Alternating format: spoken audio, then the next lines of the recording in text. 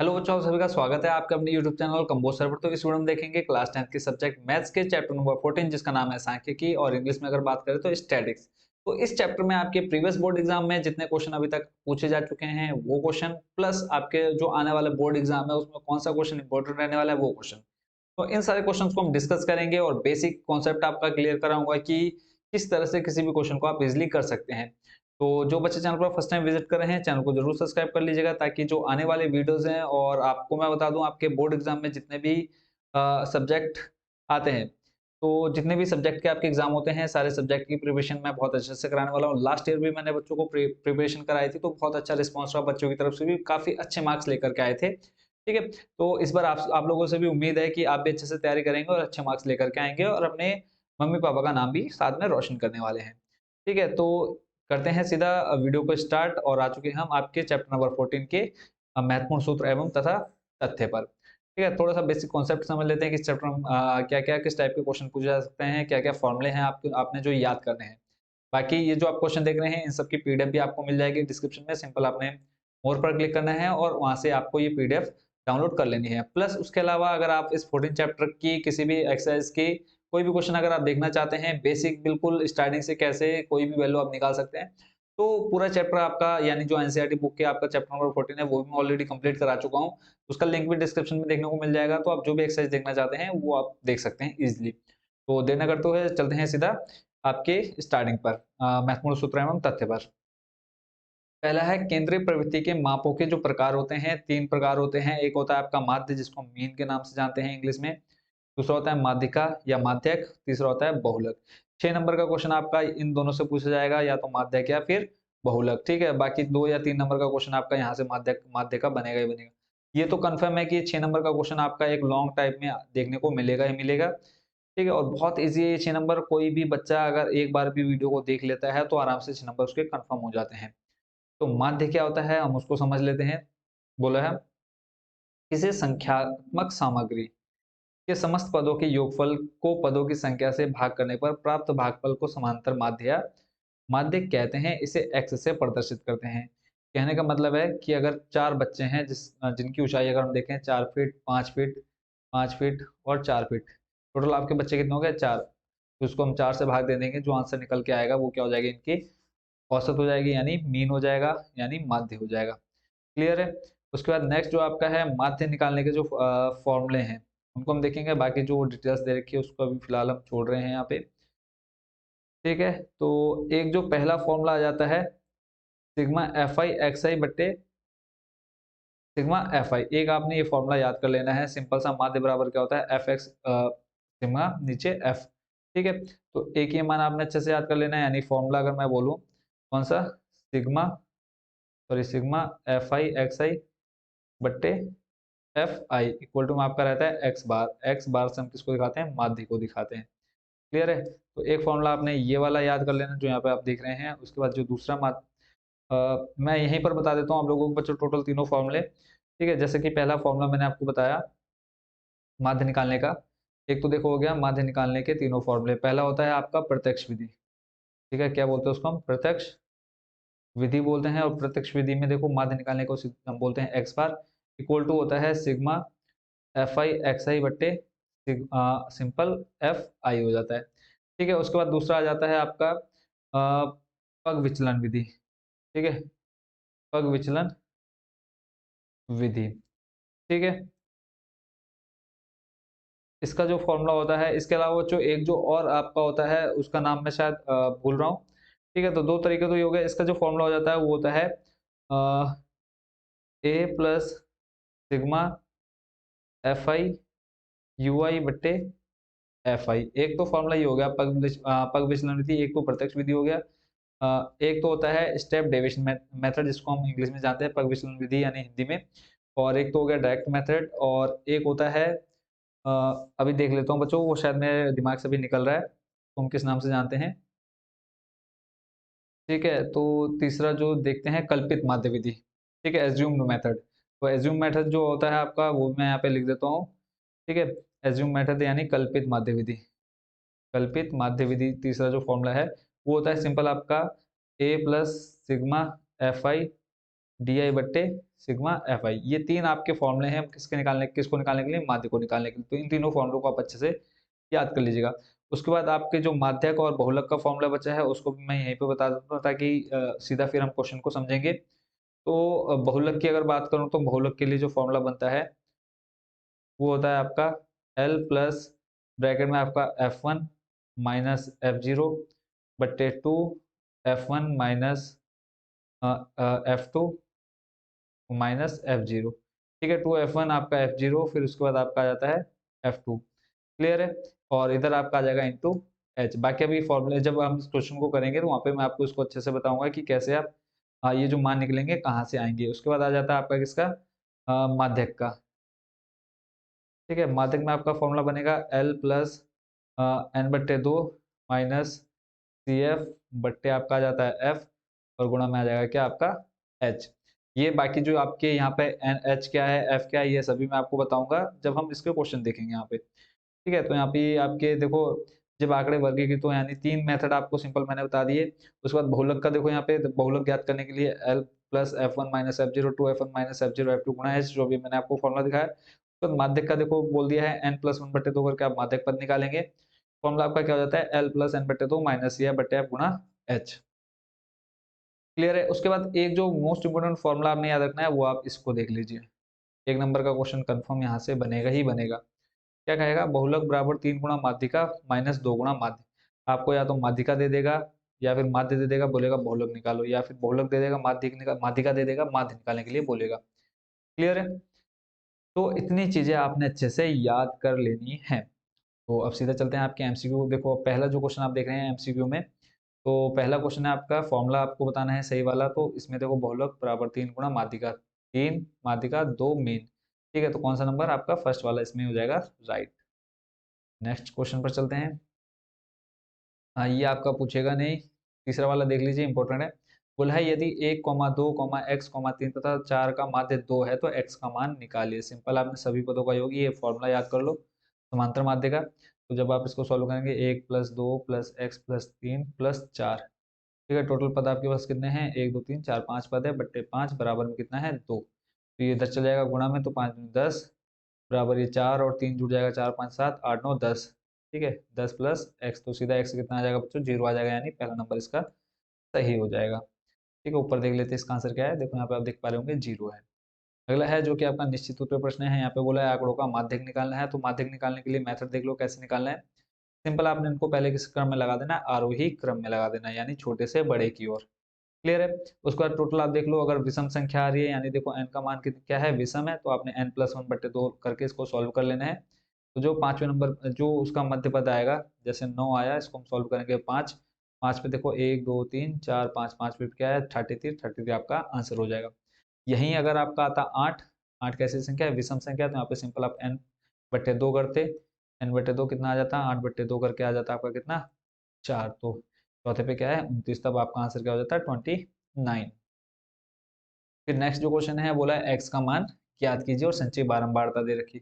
अब आपको ये पता होना चाहिए कि जो बारंबार संचयी बारंबारता बनती है वो एफ बारंबारता को जोड़ करके बनती है, यानी पहले वाली जो यहाँ पे वैल्यू है वो सीधी वैसे वैसे लिख लेते हैं, तो क्रॉस करके हम जोड़ते जाते हैं। जैसे 20 + 6 26 आ गया, फिर 26 में आप 24 जोड़ेंगे 50 बनेगा, ऐसे ही 28 में 50 जोड़ेंगे क्या बनेगा आपका एक्स बनेगा। तो सिंपल आपने देखो 50 + 28 बराबर एक्स लिख लिया, तो 50 + 28 जोड़ेंगे एक्स का मान कितना आ गया 78। नेक्स्ट पेज पर चलते हैं।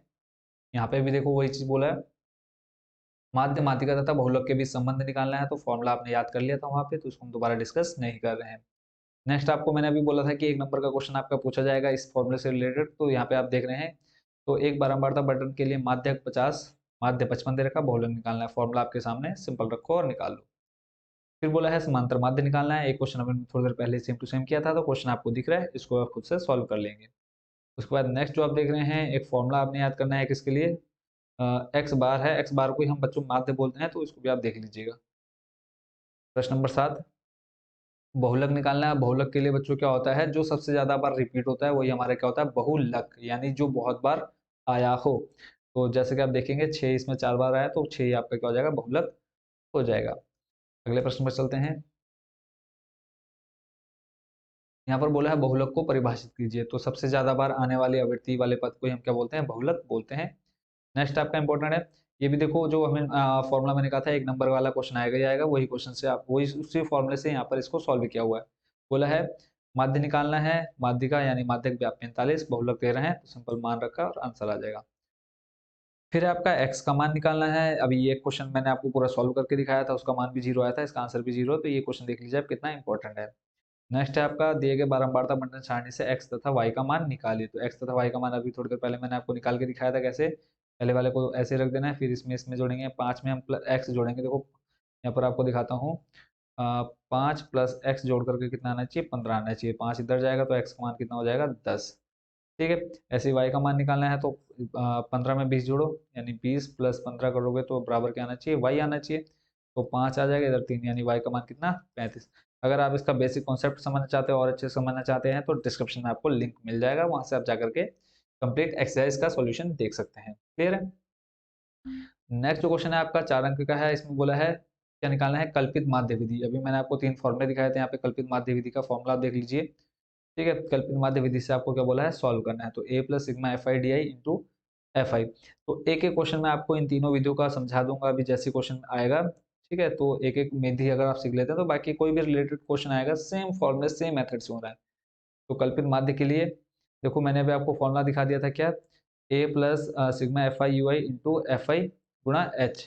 ठीक है, तो इस F I U I into H कौन सा है, कल्पित माध्य विधि। सॉरी यहाँ पर इसका नाम जो है आप थोड़ा सा चेंज कर लेना है, ये जो है कल्पित माध्य विधि यहाँ जाएगी, पग विचलन विधि ये रही। ठीक है, इसके मल्टीप्लाई में आपका क्या आ जाएगा, एच भी आ जाएगा। क्लियर है। तो अब इसको देखो कैसे सॉल्व कर लेना आपने। अब यहाँ पे आप देख रहे हैं आपको फॉर्मूले में क्या चाहिए, एफ आई यू आई चाहिए, यानी यू आई का मान आप कैसे निकालेंगे, वर्ग अंतराल दे रखा है, मध्यमान यानी एक्स आई का मान और एफ आई। अब ये देखो मध्यमान आपका कैसे निकलता है, इन दोनों को जोड़ना है, इन दोनों को इन दोनों को जोड़ लेना है आपने। क्लियर है, इन दोनों का जोड़ करके आपने हाफ किया तो 17.5 आ गया। ये टेबल आपको क्वेश्चन में दी हुई है। यू आई कैसे निकालना है, एक्स आई माइनस ए बट्टे एच करके। देखो बच्चों आप एक्सरसाइज कौन सा 14.1 का क्वेश्चन देख लीजिए, वहाँ पे मैंने एक क्वेश्चन जो फर्स्ट क्वेश्चन है उसको मैंने तीनों मेथड से बताया। सिंपल आप डिस्क्रिप्शन में जाएंगे इसी वीडियो के और वहाँ आपको लिंक मिल जाएगा चैप्टर 14 का, और वहाँ पे नीचे एक्सरसाइज 14.1 भी शो हो रही होगी, तो आप उस पर जाकर के इसका आंसर देख सकते हैं। और उसके बाद नेक्स्ट जो है, ये भी अभी एक क्वेश्चन हमने थोड़ी देर पहले देखा, तो वैसे सेम टू सेम इसको भी हमने सॉल्व कर लेना है। अगला प्रश्न देखते हैं। ये क्वेश्चन भी आपकी एक्सरसाइज कौन सी 14.2 में ये आपको देखने को मिलने वाला है, सॉरी 14.3 में ये क्वेश्चन आपको देखने को मिलेगा, तो वहां से जाकर के आप इस क्वेश्चन का भी सॉल्यूशन देख सकते हैं। नेक्स्ट जो आपका है दीर्घ उत्तरीय प्रश्न, जो कि 5-5 नंबर के आने वाले हैं। बहुलक निकालना है। अब सिंपल देखो यहीं से मैं आपको मान निकालना सिखा देता हूँ। बहुलक का फॉर्मूला पहले एक बार आप अच्छे से देख लो। बहुलक के लिए ये फॉर्मूला आप देख रहे होंगे। ठीक है, एल क्या है, एच क्या है, एफ वन क्या है, एफ जीरो क्या है, 2f1 minus F zero. Simple यहीं से देखो, यहाँ पर मैं आपको दिखा देता हूँ। सबसे ज्यादा बार देखो क्या आया है इसमें, क्या है 61, तो ये आपका बन जाएगा F1। उसके ऊपर क्या है, उसके ऊपर 0 आएगा तो यानी F0, नीचे आपका क्या बन जाएगा F2। और उसके बाद इसी टेबल के सामने जो आपका F1 आया है इसके सामने चल जाओ, इन दोनों के बीच में अंतर देखो कितने का है, उसको हम दिखाते हैं किससे, H से। अंतर कितने का आ गया, 20। फिर इसकी निम्न सीमा जो सामने संख्या रहेगी वो आपका किसका मान हो जाएगा, L का मान। देखो फॉर्मूले के सारे मान मिल गए, 3 और 2 इधर, आपके टोटल 5 वैल्यू चाहिए होती है आपके फॉर्मूले में, तो 5 मान आपको मिल चुके हैं। बस यही मान आपने इस फॉर्मूले में रख देने हैं। नीचे देखो फॉर्मूले में आपने मान रखा, सॉल्व करके कितना आ गया, 65.62। ठीक, ऐसे ही अगर बहुलक के जितने क्वेश्चन आएंगे सारे ऐसे ही करने हैं। अगला क्वेश्चन भी बहुलक का, तो देखो इसमें सबसे ज्यादा कौन रिपीट हुआ, 15, तो ये आपका क्या बन जाएगा, F1 बन जाएगा। इससे पहले आपका F0, इसके बाद आपका F2, और इसी के ऊपर जो आपका F1 दे रखा है, इन दोनों के बीच का अंतर कितना, 10, यानी H बराबर 10, और सामने वाला मान आपका क्या बन जाएगा, L। फॉर्मूला आपने याद कर लिया होगा, बस सिंपल फॉर्मूले में वैल्यू रखो, आंसर आपका निकल करके आ जाएगा। ठीक है, खुद से करने की कोशिश करिएगा, उसके बाद फिर बहुलक निकालना है। अब मेरे को दोबारा समझाने की जरूरत तो है नहीं, बहुलक आप अच्छे से समझ चुके होंगे। ठीक है, तो बहुलक वाले जितने क्वेश्चन है आप खुद से कोशिश करिएगा कि निकल जाए। अब एक क्वेश्चन आपका माध्यक वाला बता देता हूँ, जैसे प्रश्न नंबर 3 आप देख रहे हैं यहाँ पे। ठीक है, प्रश्न नंबर 3 आप देख रहे हैं, बोला इसका माध्यक निकालना है। तो टोटल इसका देखो योग दे रखा है कितना, 400। अभी आपको मैं दिखा देता हूँ नीचे आंसर। देखो n का मान 400 दे रखा है। अब संचयी बारंबारता कैसे निकालते हैं, पहले वाले को ऐसे का ऐसे रख देना है, उसके बाद फिर ऐसे करके क्रॉस में जोड़ते जाना है। कैसे करके दिखा देता हूँ। तो पहला 14 का 14 आ गया, संचय 12 में पढ़ता है, तो संचय 12 बार तक हम किससे दिखाते हैं, सी एफ से दिखाते हैं, ठीक है। तो उसके बाद फिर इस तरह से आपने जोड़ते जाना है, क्रॉस क्रॉस, ठीक है, क्रॉस क्रॉस जोड़ते जाना है। उसके बाद आप सिंपल क्या निकालेंगे, एन बट्टे दो करेंगे, एन बट्टे दो करेंगे तो यहाँ पे कितना आ गया, 200, कितना आया, 200। अब आप ये देख लो 200 के बाद अगली संख्या अगर आप देखेंगे 200 के बाद इस श्रेणी में, संचय 12 वार्ता वाली श्रेणी में कौन सी संख्या है 200 के बाद वाली, तो 200 के बाद कौन सी है, 216 है। तो इसके सामने जो संख्या रहेगी वो आपका क्या बन जाएगा, एफ बन जाएगा, और इसी के क्रॉस में जो आपकी संख्या रहेगी वो आपकी क्या बन जाएगी, सी एफ बन जाएगी, ठीक है। देखो ये बन गया, इसके क्रॉस में सी एफ बन गया, और इनके बीच का जो अंतर रहेगा यहाँ पे कितने का है, 500 का, वो आपका क्या बन जाएगा, एच का मान। और इसके सामने जो अगला मान रहेगा, अभी हमने बहुलक में भी देखा, वो क्या बन जाएगा आपका एल। सारे मान इस तरह से आपने निकाल लेने हैं और फॉर्मूले में रख देने हैं। जैसे कि अभी मैं आपको दिखा देता हूँ यहाँ पे, देखो सारे मान यहाँ रख दिए, ठीक है। तो सिंपल आप सॉल्व कर लेंगे, आपका आंसर निकल करके आ जाएगा। उसके बाद फिर आपका प्रश्न नंबर 4, इसमें बोला है आपको क्या निकालना है, माध्यक ऊंचाई निकालनी है, ठीक है, और प्राप्त ऊंचाई का अर्थ बताना है। तो माध्यक अभी मैंने आपको बता दिया कैसे निकालना है, सिंपल आपने मान रख देने हैं और ऊंचाई बतानी है। तो ऊंचाई यहाँ पे आप देख रहे हैं कि एवरेज ऊंचाई जो आई है 149.03 निकल करके आई है। फिर प्रश्न नंबर 5 में माध्यक निकालना है। अब मेरे को दोबारा बताने की जरूरत नहीं है क्योंकि आप अच्छे से सीख चुके हैं माध्यक और बहुलक निकालना। बाकी आप क्वेश्चन देख लीजिए, जितने क्वेश्चन आप देख रहे हैं सभी क्वेश्चन को कोशिश करिएगा कि एक एक बार आप करके देख लीजिए। और एक क्वेश्चन आपका 100% आपका 6 नंबर का आएगा, चाहे वो माध्यक का है चाहे बहुलक का है। माध्य आपका 2 या 3 नंबर का एक क्वेश्चन आपको देखने को मिलेगा ही मिलेगा। प्रश्न नंबर 6 को आप अच्छे से करिएगा, एक्स और वाई का मान निकालना है। अब यहाँ पे आप देख लीजिए एक्स और वाई को आप कैसे सॉल्व करेंगे, ठीक है। और इसी के साथ बच्चों कोशिश करता हूँ कि जितने क्वेश्चन आप यहाँ देख रहे हैं उनको मैं अच्छे से एक्सप्लेन, बाकी जो ये जो चैप्टर है 14 इसका तो कंप्लीट सॉल्यूशन करा चुका हूँ, तो आप एक बार उसको जरूर देख लीजिएगा, ठीक है। तो अभी आपने जो लास्ट क्वेश्चन देखा एक्स और वाई का मान निकालने वाला, उसका कंप्लीट सॉल्यूशन आप यहाँ से देख सकते हैं, ठीक है। सिंपल आपने यहाँ पे मान रख देने हैं, एक्स और वाई का मान आ जाएगा 15। प्रश्न नंबर 7 में जैसे भी आपने x1 और y का मान निकाला, वैसे यहाँ पे f1 और f2 का मान निकालना है, तो उसको भी आप अच्छे से कर लीजिएगा, ठीक है। और उसके बाद चलते हैं नेक्स्ट क्वेश्चन, यानी बाकी इसका सॉल्यूशन आप यहाँ पे देख पा रहे हैं, टेबल जो आपकी बनाई है ये कंप्लीट इसका सॉल्यूशन है। तो वीडियो रोक करके आप इसको देख सकते हैं, नहीं तो आप पीडीएफ भी डाउनलोड कर सकते हैं।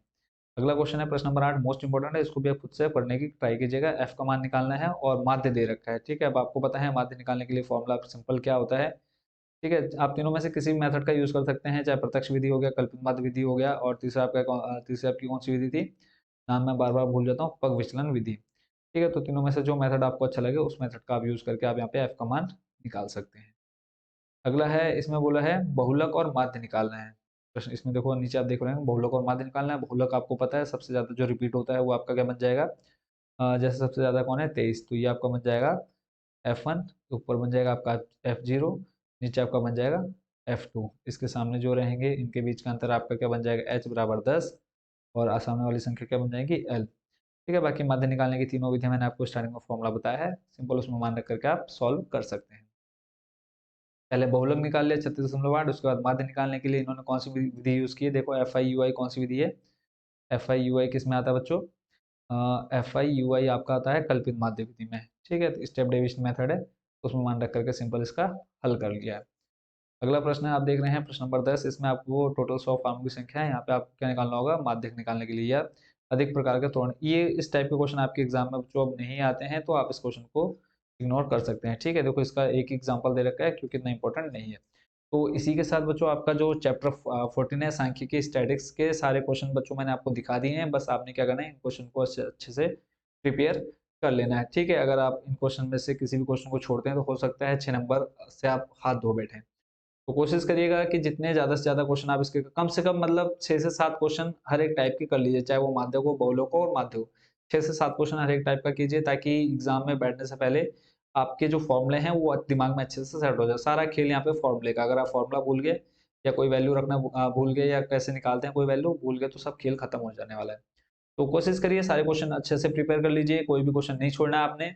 और बाकी कोशिश करूंगा कि आपको और लास्ट टाइम से पहले पहले मैं आपको सारे मोस्ट इंपोर्टेंट क्वेश्चन बता दूं जिसमें आपको सिर्फ 1 या 2 क्वेश्चन सॉल्व करने होंगे। और सभी को बेस्ट विशेष अच्छे से तैयार कीजिए, बहुत अच्छे से मेहनत कीजिए क्योंकि लास्ट का टाइम है और 1-2 महीने में आप ज़्यादा से ज़्यादा क्या कर पाएंगे, ठीक है।